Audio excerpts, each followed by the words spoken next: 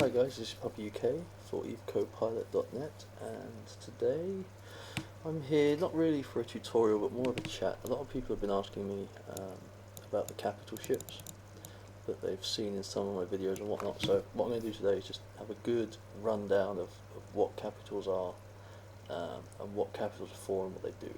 Specifically with this tutorial it's going to be the base caps, which is the carriers and the dreads. What we're not going to look at is the super carriers and the titans.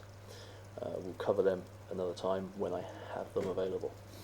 So the ship that I'm flying at the moment, and the first ship we're going to talk about, is the Dreadnought. Now the Dreadnought is essentially just the bruiser of the capital world. It's very simple. It only has really about 4 different fits. And it only has 2 different roles for the most part. The first role is destroying other capitals, so it destroys dreadnoughts very well, and it destroys carriers very well. Before they made the changes to the super caps, or what used to be motherships, these were pretty much like short of the titans.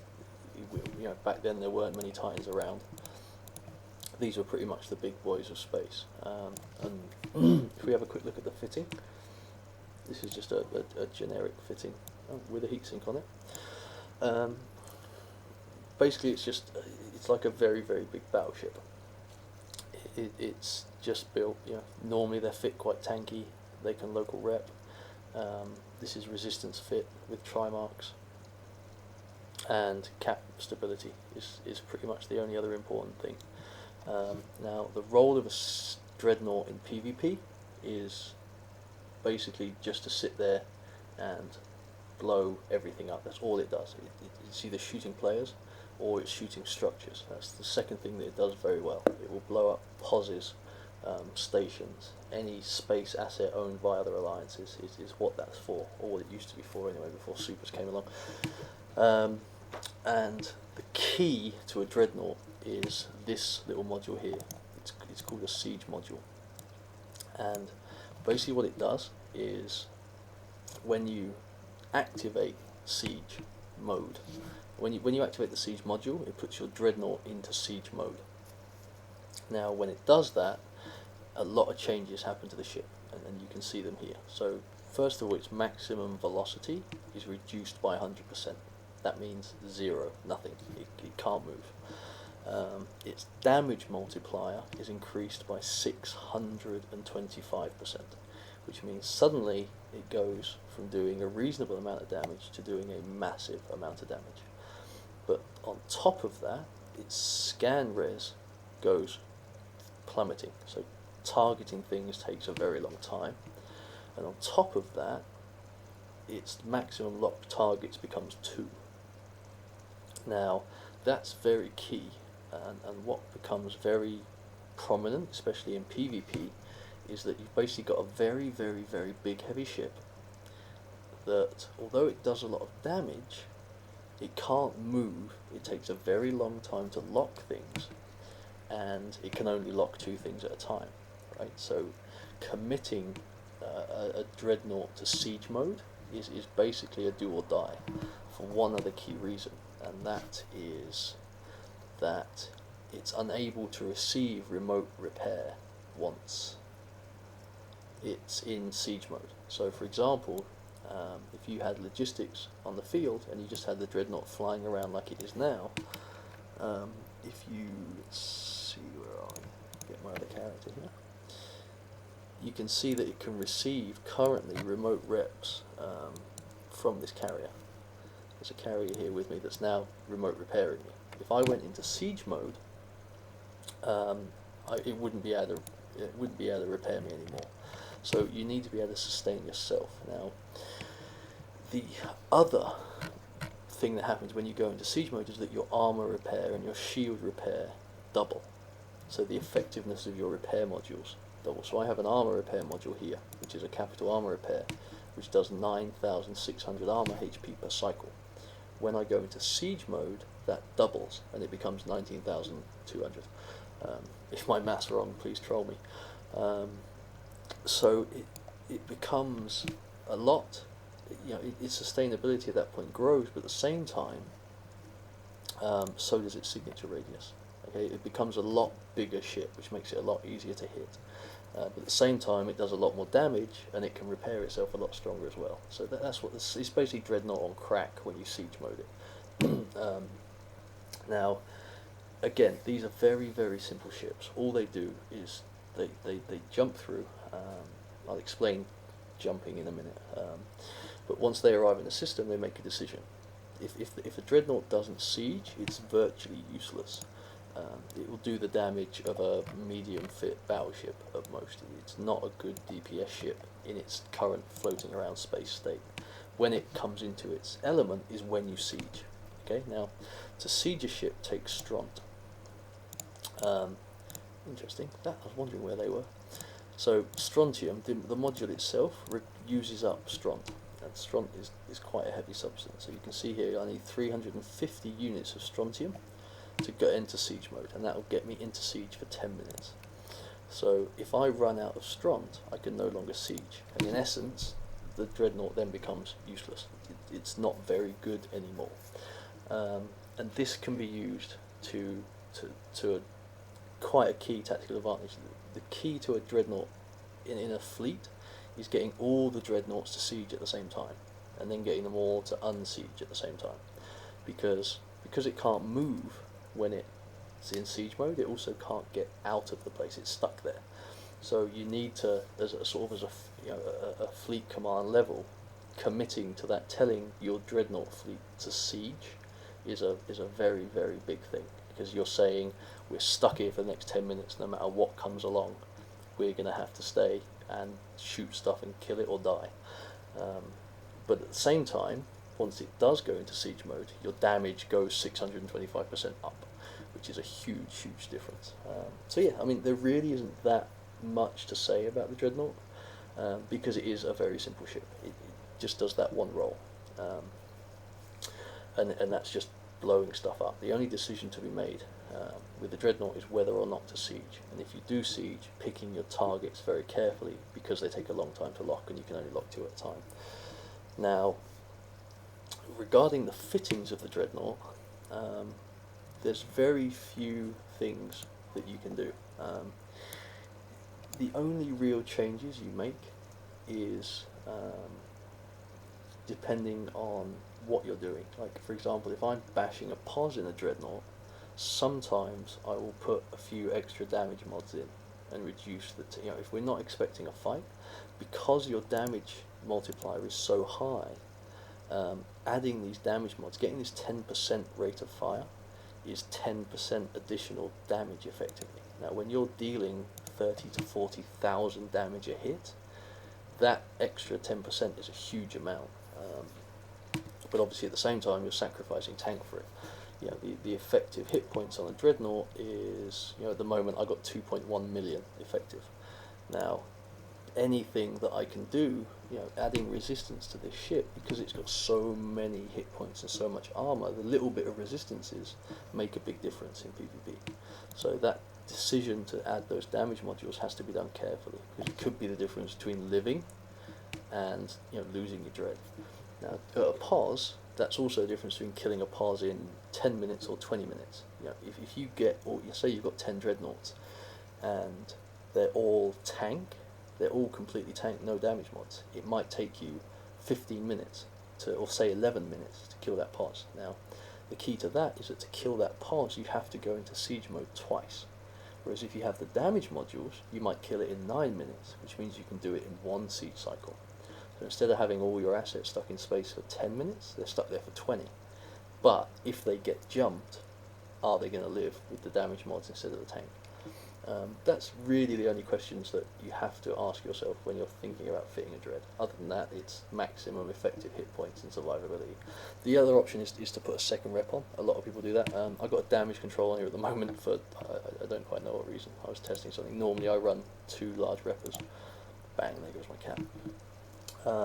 Just because when it goes into siege mode, those 2 reppers are so useful. Without them, you're probably just going to get targeted down. Now, the second ship is the Carrier. Now the carrier is basically the logistics of the capital world. Where the hell is my carrier going? It's floating off into nowhere. Let's have a look here. Where's he flown off to? He's down there. That's brilliant of me. My poor little carrier now can't dock. The carriers are the logistics. Now I'm going to dock this ship up now, and I'm going to fetch my own carrier out, just so we can have a look at the fittings and stuff like that, rather than just seeing that one floating around. I'm just going to sit here for a minute and make sure that that one makes it. Oh, it's back in dock range now. That's fine. So the Dreadnoughts are basically the damage dealers. Okay, they go through and they put out the hurt. Now the logistics, the carriers are for the most part in fleets a logistic role, but carriers are completely opposite to Dreadnoughts. They're a very, very versatile ship, and they have a lot of different roles within EVE. So a carrier can be a brilliant transport ship, it can be a brilliant capital ship in its true sense. During PvP, its fighters can put out a reasonable amount of damage in mass, and it can also be an extremely efficient sub-cap logistics. For example, if you take 20 battleships versus 20 battleships, it'll be an even fight.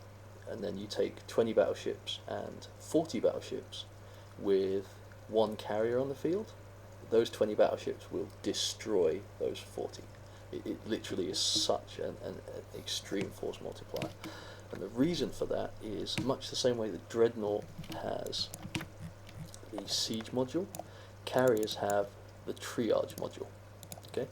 Now, what the Triage does, the same way that the Siege Module gives the Dreadnought massive amounts of damage, the Triage Module doesn't exist, but the Triage Module gives the carrier lots and lots of logistic capability, remote repair. Now, different carriers get different bonuses. So if I grab, before we go into that, I'll just grab my show info on this carrier quickly, and we look at the description. So the Amar carrier gets a 50% bonus to capital energy and armor transfer range. Okay. Now, if we look at the Galante one, which I have here on my other screen, the Galante carrier gets bonuses to capital shield and armor transfer. Okay, so the Amars get capital energy and armor. So this is a capital armor repairer. Okay, so for every level, I get 5% more range. Okay, so at the moment I've got 45 kilometer optimal range, which means I think I've got it to 3. I've been meaning to level it to 4, but I'm fail. If I take it to 4, I get an additional 25% range, which is huge when you get that into 4 and 5s. And it also gets the range for the energy transfer. Now, the Thanatos, which is the Galante carrier, which is floating along over there, he gets bonuses to the range of armor and the range of shield. So he can't, no matter what level of capital energy transfer he has, it's always going to be at the same range. But the shield and the armor are both going to grow, and in short, that becomes very, very useful. Once you get that to 5 and you've got this 70, 80, 90 kilometer range, it becomes exceptionally useful for subcaps. So the first thing is how the capitals can't go to a gate and jump through it like subcapitals can. If it goes to a gate and tries to jump through it, it won't do it, it'll be denied. Capitals travel using jump drives. Now, what basically happens is that a little ship, normally a little ship, sometimes a slightly bigger ship, goes off to a 5, 10, 15, 20 jumps away, and it lights a sinusoidal field. And that sinusoidal field is just a beacon. And the capital ships have, every capital ship, including the Dreadnoughts, they move exactly the same way as this. They have a fuel bay. And inside this fuel bay, they have fuel. Now, depending on how far the capital ship is jumping, the further it's jumping, the more fuel it uses. So providing it's got enough fuel and enough capacitor it jumps directly from this system, and it immediately appears 15 jumps away on top of the sinusoidal field that was broadcasted 15 jumps away, which basically means that capital ships can move extremely quickly, and they can move relatively undetected. You normally find out about a capital fleet when they arrive. And when they arrive, they're already in the right place most of the time, and they're good to go, which makes them very, very useful. Now, this can work for a carrier. It is very, very useful. Started war script. Great, my corpies are fighting each other because they're dickheads. And so what happens is, say you have a subcap fleet of 20 battleships, okay? All they need to know, they need to have two things. They need to know how far the carrier can jump, and they need to have a sinusoidal field equipped to one of their ships in the fleet. So the subcap fleet is going around and going around. If these two are actually fighting each other, I can show you here what the capital reppers can do. Make sure my corpies don't kill each other. Yeah, look at them going. No, that's the carrier. So they're going around and they encounter another fleet, and this is a fleet that outnumbers them reasonably substantially. Now, Jesus Christ, look at these two nutters. Now, with these two fleets fighting, if it's a fight that they're going to lose, there's two options. Normally you can pull out, and that would be a reasonable option, but you normally lose ships. The second thing you can do is light a sinusoidal field mid-fight. Okay, so as soon as the fight engages, all the battleships start slugging away. One of the ships on your side lights a sino, and as soon as that happens, the carrier can immediately jump to your friendly fleet. Now, once the carrier lands, it can then start repairing, the same way that I'm doing now. These two that are here buzzing around, they couldn't kill each other now if they wanted. They could shoot each other all day long. They're not going to kill each other because I'm repairing them. And they work the same way that any logistics does. But capital armor repairers repair for a very, very large amount. Now, on top of that, now we come back to this triage module. So imagine this is the situation we're in at the moment for sort of the sub-capital role of this carrier. You've got a carrier that's jumped into an ongoing fight between two groups of battleships. So maybe there's 30 of you and 50 of them, and it's a fight you're going to lose, so you jump a carrier in. Now, when we look at this triage module, we get, again, the maximum velocity goes to -100. So when a carrier goes into triage, the same way that when a dread sieges, it can't move anymore, it's done. But this time it gets remote armor repair bonus, doubles, immediately. So the amount of repair that I was putting out, as soon as I triage, it doubles. Now on top of that, the time it takes the repair, you see how quickly the modules are cycling at the bottom, that is reduced by 50%.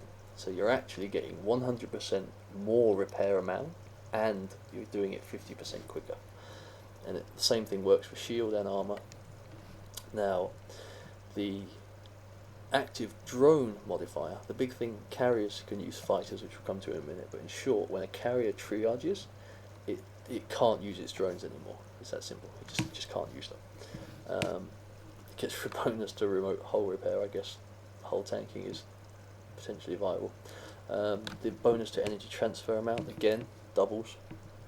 So you can put out an awful lot of cap to other ships. So if you have other carriers as well, or some of the battleships are cap dependent, you can just put one burst on. And to give you an idea, a capital transfer will normally give a target 2,000 energy, but when it's obviously, once it goes into triage, it will give it 4,000 energy per cycle, which basically means you can cap a target, a battleship, once, and it'll be good for another 10 minutes or 5 minutes. Now, on top of that, where the Dreadnought lost scan res and started targeting slower when it went into siege, the carriers gained scan res. So essentially, it takes me about 20 seconds or 25 seconds with a sensor booster to lock a cruiser. Once I go into triage, it's only going to take 3 or 4 seconds. I'm going to lock the same way that a cruiser does. So you can see how it immediately becomes very, very useful for targeting subcapitals. The problem of capitals taking a long time to target ships has suddenly gone away. So it's on the field, it's putting out this massive amount of repair, this massive amount of cap. It also gets its local repair. The amount it repairs locally also gets 100%.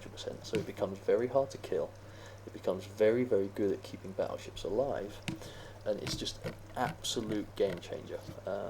The Dark Light, the Alliance that we run, has been in a series of about 3 or 4 wars since we formed the Alliance a couple of months ago, and we have never had a problem with a war for the simple reason that we're being war decked by Empire players that don't have capital ships.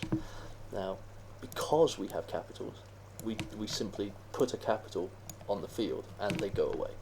They don't come back, they don't fight us, and the war drops pretty much straight away, because there's nothing, if you don't have your own capitals, there's not much you can do against a fleet with a triage carrier. Now, they're certainly not unkillable, and they're also certainly not unkillable by a subcap fleet.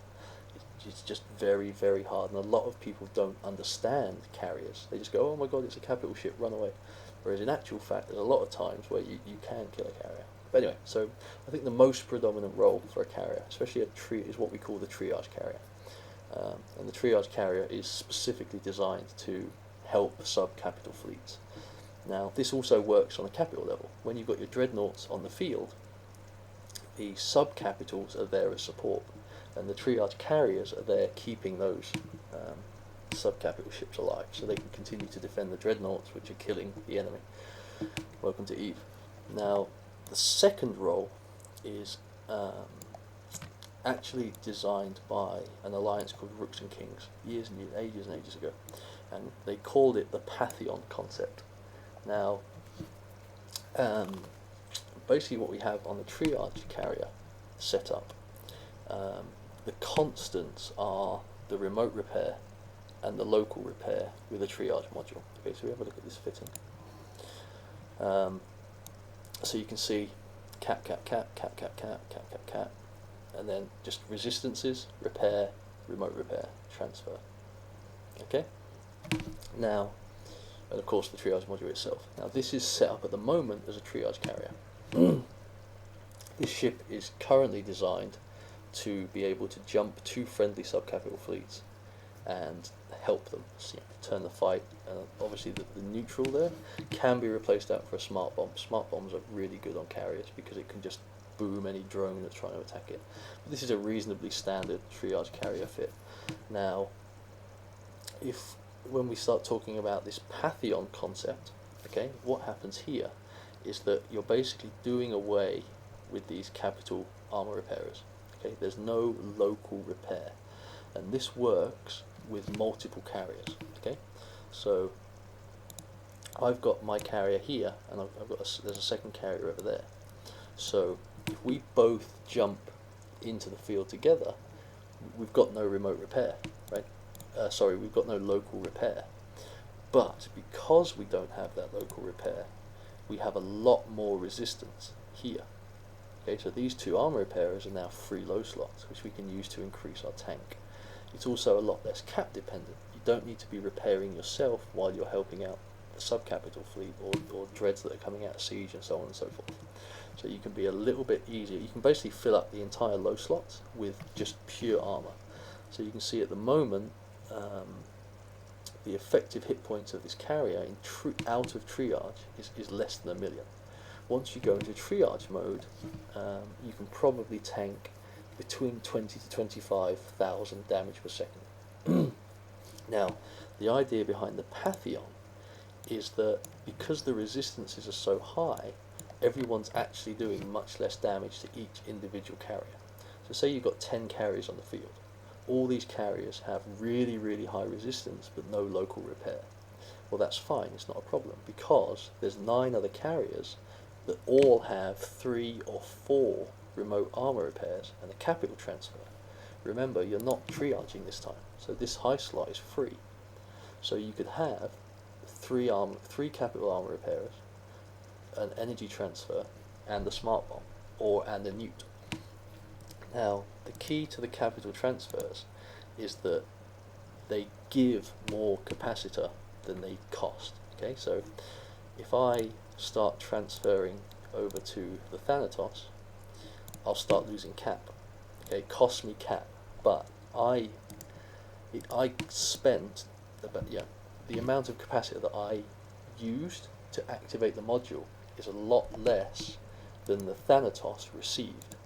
Okay, so I spent 1400 energy to give the Thanatos 2000. So I generated almost 600 cap out of nowhere. So I give cap to the Thanatos, and the Thanatos gives cap to me, and then we're generating free capacitor out of nowhere. Now, when you do this you can do this in a chain of as many people as you want. You can have another carrier here, and I could cap him, he could cap him, and he caps back to me. It's called a cap chain. Now, once you throw that in, so they've got a lot of cap, they've got a lot of resistance, and every single carrier has 3 or 4 remote arm repairers. The more carriers you bring to that fit, then the harder they become to kill, to the point where they can tank supers. They can tank super carriers, they can tank titans. These are also the fits that start to be able to tank a Titan's Doomsday, because their effective HP is so much higher because of these resistance, because they don't have these armor modules in the bottom. So that requires but the downside to that is that not only are you requiring more carriers, a triage carrier can go in on its own and save a subcap fleet quite easily, to the point where 50 battleships shouldn't really be able to kill anything if everyone's got their head screwed on. Maybe, but 40, 30 battleships, and against 10, against 3, it doesn't matter, because then the triage carrier is putting out more repair than the enemy team can put damage, and you could literally win a fight 3v30, I guess. But obviously, the risk is quite minimal. There's just one carrier on the field. When we talk about this Pantheon fleet, you need more carriers. Okay, the more carriers they are, the stronger the carriers are as a collective. Additionally, if you start using this for sub-capital, it's very hard to lock.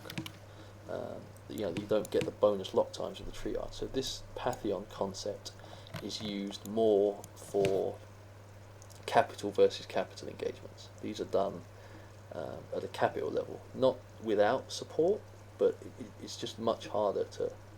One triage carrier would be much more effective with a subcap fleet because of this lock time and the repair speeds and so on and so forth. It's also a much smaller operation. But where this starts to come in is when we're doing sort of either POS ops or capital versus capital ops. If you've got 10 carriers that aren't in triage, these are 10 carriers that can all launch fighters. Okay, now fighters are pretty much the DPS output of the carriers.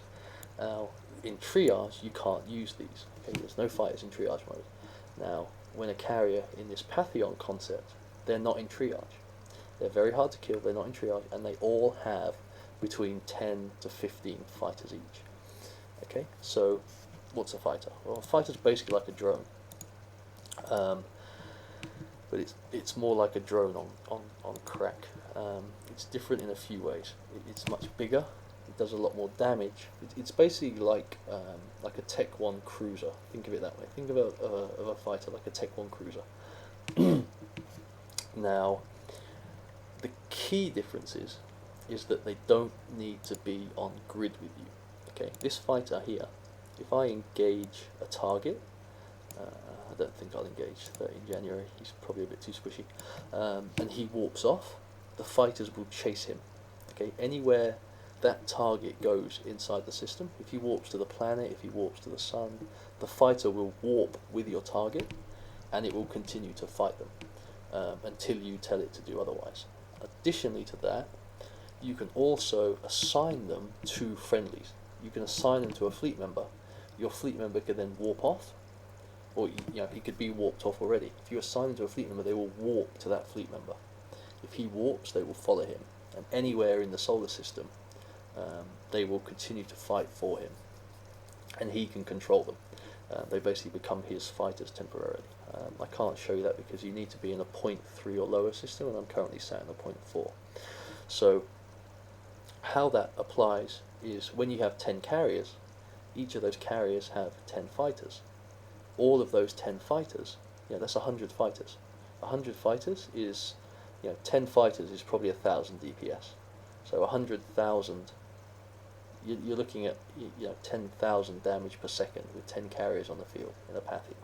They're also very, very hard to kill, and when you're looking at 10,000 damage per second, that's going to make a huge, huge difference to your Dreadnought's fleet damage. That's almost a Dreadnought, if not, it could well be one, I think. But on top of that, they're also very good at eradicating subcapital fleets.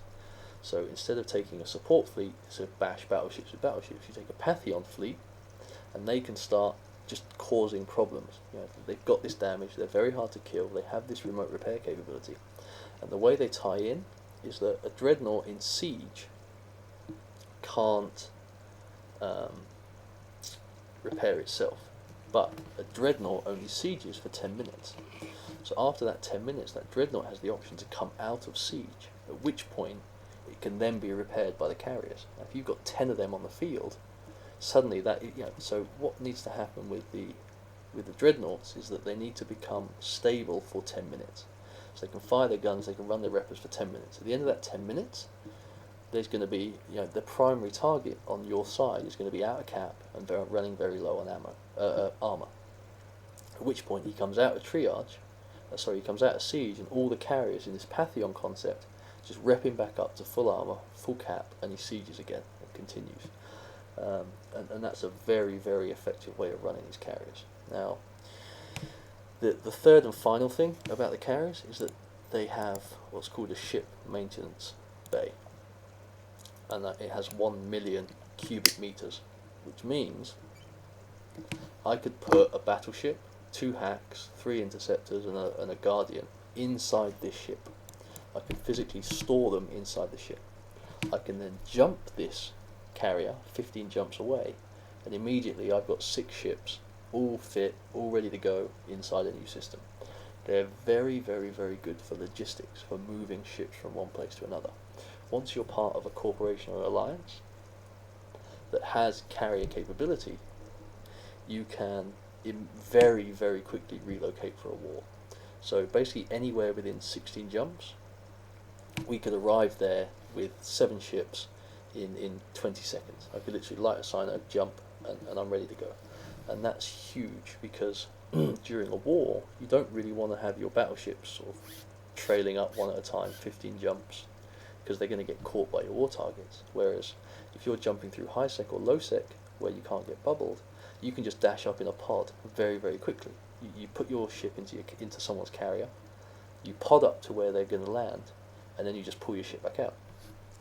And obviously for yourself personally, if you own a carrier, you can relocate extremely quickly, because they go, right, we're having a war, we're going to stage in this system, and you go ship, jump, and you're there, you're ready to go. And when the war's over, you go ship, and you just jump straight back again, rather than having to go 15 jumps in a ship, 15 jumps back in a pod, 15 jumps in a ship, 15 back in a pod. You just go click, bop, and you're already there. And you also have a suitcase, what we call a suitcase carrier fit, which basically doesn't really have many damage modules. It's more about how quickly it can recover its cap. It normally has a cloak on it, cargo hold optimizers sometimes. Just for carrying stuff. It's not a combat carrier. It's just used to move stuff around. So yeah, that I think is pretty much most of them covered. Like I said, the supers are a whole different story. There's a lot of changes going on with them at the moment. Titans and super carriers. All a bit of an uproar, so I'm just going to avoid the drama for now. But yeah, so that's carriers. There's fighters. Oh, additionally, the drone bay of a carrier, by the way, isn't limited to fighters, as you can see. So this is actually quite understocked. This is quite a new carrier for me, but you can have, I've got hammerhead drones, armor repair drones, small drones, large drones, sentries, fighters, ECM drones. You put all sorts. My other carrier here has got medium, small, large armor and shield repairers. It's got all sorts of drones, all sorts of guards. Electronic warfare drones is really big. Can sometimes save your carrier. And yeah, that's, so they don't only have these fighters. They can, if someone, a frigate can come along and tackle this carrier, and it can launch out 10 warriors and just tear it apart in no time. Now, the last thing that a carrier is good for is this repair mechanism isn't just for ships. Player-owned stations have shield and armor just like ships do. So if someone comes along and attacks your POS, your player-owned station, let me see if I can walk to a POS. I won't do that actually. But yeah, they're also used to repair assets in space. They can repair anything with shield and armor. So yeah, that's pretty much I'd say a reasonably in-depth guide to capital ships and what they're for. So yeah, any questions as always, give me a shout, and if not, I'll see you again soon.